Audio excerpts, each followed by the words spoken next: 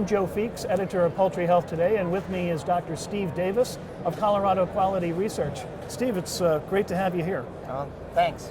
Thanks for having me. Steve, I want to talk with you about a subject that I've interviewed you about before, and that's necrotic enteritis. But the difference now is that some people are trying to raise poultry without antibiotics, and if they can do it, more power to them. But you were just expressing concern about that from a gut health perspective and specifically enteritis. What are you seeing in the field? Well, what we're seeing in the field is that there's companies that have had complexes go to ABF, antibiotic-free, and they may have short-term success, feel like they're really have it figured out, and then now I'm seeing some of those same companies now, just a matter of 6 months later, are expressing that now the wheels are falling off the program. And in our research that we're doing, we're having a lot of people looking at alternatives, products either water-soluble or in-feed, feed additives, that type of thing. And I think everyone's looking for the silver bullet that could replace the products like BMD, that type of thing.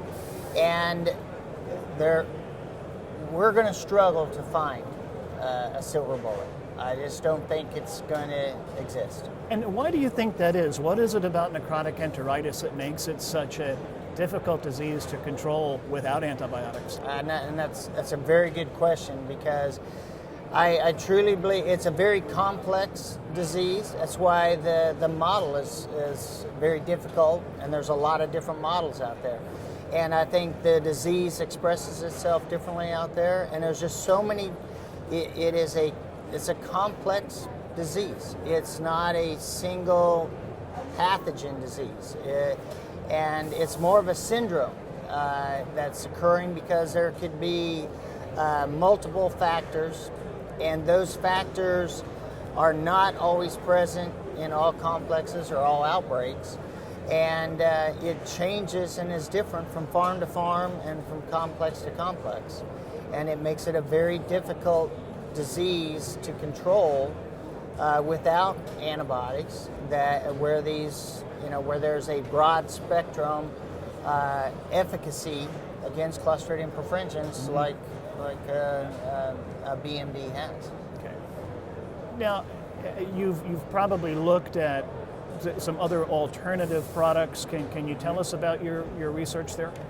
Yeah, we have looked at a lot of alternative products and water-soluble feed additives.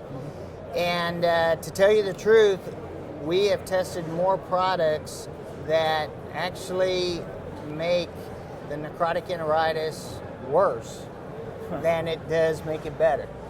And it becomes very frustrating to our clients that are looking at these products, because in a test tube or in a petri dish, it looks like that their product is very efficacious against the Clostridium perfringens, and even our specific challenge, Clostridium perfringens.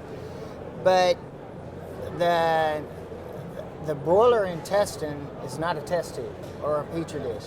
It's a very complex organ, and there's a lot going on there. And we know that anything that disrupts the natural microflora, or anything that causes any kind of irritation of that intestine, is going to make the necrotic enteritis outbreak worse. And I think that's what we're measuring, and that's what we're seeing, is that we have products that, yes, in a test tube or a petri dish, looks efficacious. But we put it in the bird, it's causing some disruption of the natural microflora, or causing irritation of that gut, and that leads to higher mortality and loss of performance in Clostridium perfringens challenge. Now, Steve, I know that you work closely with a lot of the companies here in the U.S., but you also travel quite a bit. You've presented in Europe and in other areas. Is necrotic enteritis something that's unique to the U.S., or do we see this in other markets too? Yeah, no, it is not unique to the U.S. by any means. And the U.S. is kind of following suit where the EU has been for some time, and they've been there for quite some time, and they continue to struggle without the feed-grade antibiotics, and actually it's led to increased use of antibiotics, but they're just using it in water-soluble form. And so it's a catch-22. I mean, this is not a problem or a direction that this industry is going to try to be antibiotic-free. It is not something that we're going to be able to have an answer soon. And I don't think that it's going to, even if we do find like a combination of products that end up being a natural alternative to antibiotics, that is necessarily, that efficacy may not be long-lived. Mm-hmm. I think it could be short-lived, and that's would only be natural if you really think about it. That, I mean, when it comes to antibiotics, we rotate antibiotics and that type of thing to keep from having resistance issues, those kinds of things.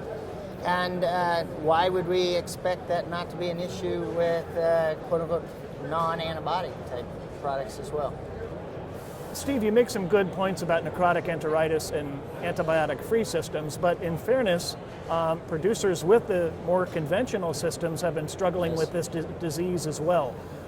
What have we learned about managing necrotic enteritis in these more conventional systems? Yes, I agree that we have seen that out in the field, and also in some of our tests that we do with necrotic enteritis, that even with standard programs out there, that there is more incidence of necrotic enteritis. One thing that we have found is that in our model, with ionophores, in the use of those for control of coccidiosis, and coccidiosis is obvious, a big factor in necrotic enteritis, mm-hmm. not just Clostridium perfringens.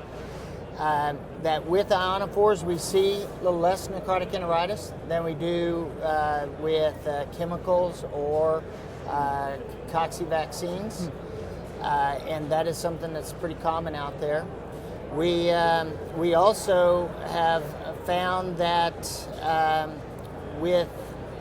without better, stronger controls of coccidiosis, as there's issues with less new products available, and chemicals do struggle at times with resistance, that necrotic enteritis, it opens up the door for necrotic enteritis outbreaks, and that is occurring out there, and that's another challenge that this industry is dealing with, and it's going to make it even harder as if they try to move to ABF, if they're already struggling with a high or very pathogenic Clostridium perfringens challenge, and then they try to go from a standard type program to an antibiotic-free program. One other thing I wanted to ask you about, we've talked about the relationship between necrotic enteritis and coccidiosis. What about necrotic enteritis and gangrenous dermatitis? Any connection there? Actually, I feel that there's actually more of a disconnect than a connection, in that it is very uncommon to see farms that are having necrotic enteritis problems have gangrenous dermatitis problems, and vice versa. So, and you would almost think that they would go hand in hand. Yeah. And if you see an outbreak early, and both diseases are very age specific. Necrotic enteritis occurs in that 2 to 3 week range, but dermatitis usually shows up after 5 weeks of age. And but like I said, I have never personally myself seen a case where a flock broke with necrotic enteritis and then ended up breaking with gangrenous dermatitis later in that same cycle. Well, Steve, that's a really interesting point. We've been talking to Steve Davis, veterinarian and owner of Colorado Quality Research. Steve, it's always a pleasure. Thanks for joining us. Well, thank you. Thanks for having me. Thank you.